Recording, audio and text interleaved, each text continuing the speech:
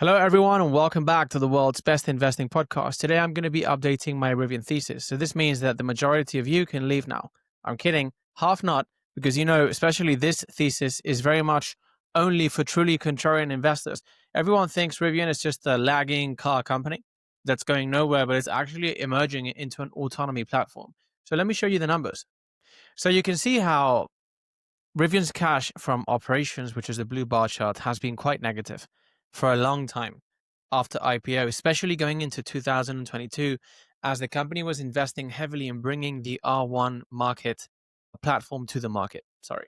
The R1 is a premium luxury electric vehicle. It's an SUV and it's kind of cool. I would buy one myself if I weren't living in a European city. If I were living somewhere like California or like an outdoorsy kind of place, I would absolutely buy one of these and I would do so over a Tesla. And this is actually true for a growing number of people just because cars are not always about efficiency. So the Tesla story is very much about efficiency. The brand does have gravitas. I've been a Tesla investor for nearly a decade now, so I'm very much long and strong there. But the point is that historically, this industry has been about both efficiency and vibes. That is why Ferrari continues to be an amazing brand today, and others like Porsche and stuff. And it's been generally two drivers that have pushed today's top brands forward, which is manufacturing efficiency and vibes. Sometimes these brands that had the vibes had to partner with other guys that had the manufacturing efficiency, as happened with Ferrari and Fiat. And some of these vibesy companies were able to fix it on their own, kind of like Porsche a little bit. But the point is, these cars have a vibe, and now actually cash from operations is inflecting into the positive domain. So you can see how it's just now barely positive for the past few quarters. This company has had favorable working capital shifts or dynamics. And so it's not a confirmation of the company's ability to produce cash, but it basically shows you that whichever way you put it, this company is structurally much healthier now than it was just a year ago.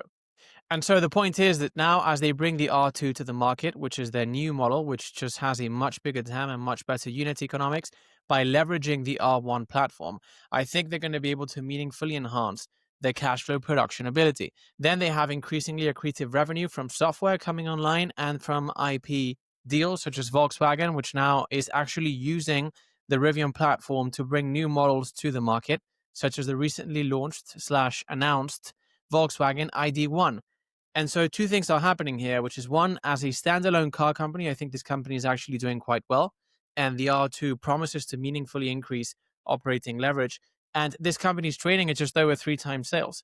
So bit of a mismatch there in terms of the actual fundamentals and the pricing. And secondly, this is obviously evolving into an autonomy platform, which legacy OEMs are already using, such as Volkswagen, to actually keep up on the software side of things. So it's true that actually the only company that has an ability to print increasingly autonomous cars profitably while producing cash in the West is Tesla.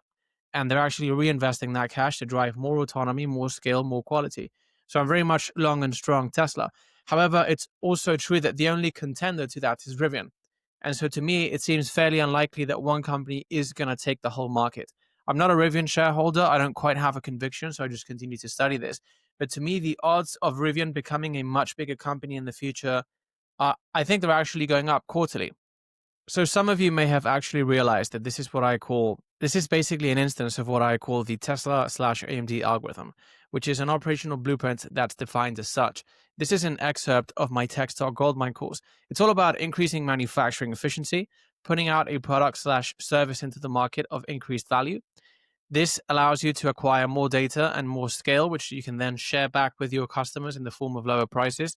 And this ultimately delivers better and proprietary AI models. You will also realize that this is the operational blueprint behind many promising companies today, such as Rocket Lab, Iron, Appcelera, ASTS, so AST Space Mobile, and others. And these guys are just actually executing this to perfection. These blueprints take some time to show in the financials, but when they do so big time. So what I was saying about Rivian, they're the only company after Tesla that has a perception stack as such. This is basically what you need for the cars to perceive their surroundings and translate that into insights, both for the company and for the end customers, and then for any other OEM that builds on top of Rivian. And so if whichever way you look at the financials, I think these guys are moving towards an inflection point and priced at just over 3 times sales.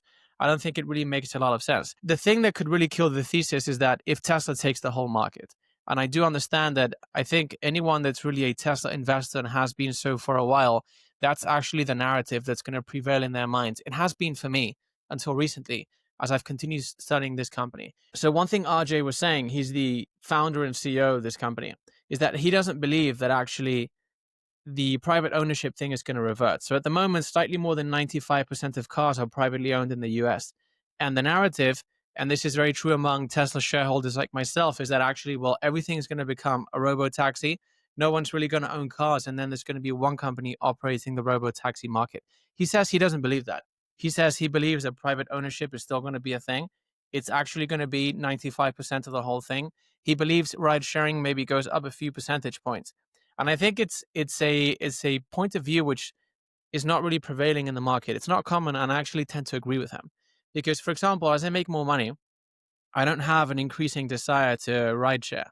What I have an increasing desire for is for a private car or a set of them with just increasingly better attributes. So better looking, more performing, maybe why not more efficient, driverless, so that I can take a nap and go to the beach from Madrid and stuff like that. I'm not dreaming of sharing a ride with anyone. I don't think anyone really is. So I do think he really has a point. And I think these these cars have a great vibe. The efficiency is through the roof. So actually, let me share one data point, which is the cost of goods sold came down at $96,000 for Rivian today, which is still obviously a lot higher than Tesla. But that is behind much of Rivian's short-term, increasingly appealing financial performance. And they did this despite stopping production at the normal facility, which is they produce most of their cars today, for a few weeks, because they were upgrading it to bring the R2, which is a new, smaller car with a massive TAM and better unit economics online. And it just shows you, if you look back in time, these guys have an inordinate ability to just continue getting more efficient, improving unit economics, improving scale. And look, honestly, if I were looking at this company a year ago, which I was, my default sort of knee-jerk reaction was to think these guys are doing something which is impossible. Tesla's too far ahead. The difficulty of the task is just too hard. I don't think they're going to succeed. Today, my opinion of them has changed. I think RJ is one of these world-class founders that I could bet on. If you look at any of these companies like Iron, Abcelera, AST, Space Mobile, Rocket Lab, they have one thing in common, which is they have a very obsessive founder operator, which is just not going to give up. And so if you study them quarterly, as I've been doing for the past year or two, they're always better off. The financials are not going to be perfect. They're starting to rear their head for the iron thesis, but the rest of the companies are just moving forward, and they're operating this Tesla/AMD algorithm whereby they have an increasing ability to print assets with exponential demand on the other side of the equation, for which there's an absolute scarcity of, at a decreasing real price as a result of increasing efficiency. And I think one of these companies is going to make it big in this basket. I really like Rivian right now. I have other positions which I really like, such as Duolingo, that many of you are familiar with now and stuff. But I think that even if it's just about getting better at spotting world-class companies early, I think Rivian is worth a look. So anyways, guys, thank you very much for joining me today. As always, if you enjoyed this update, could you please share this with someone else whom you think will enjoy it?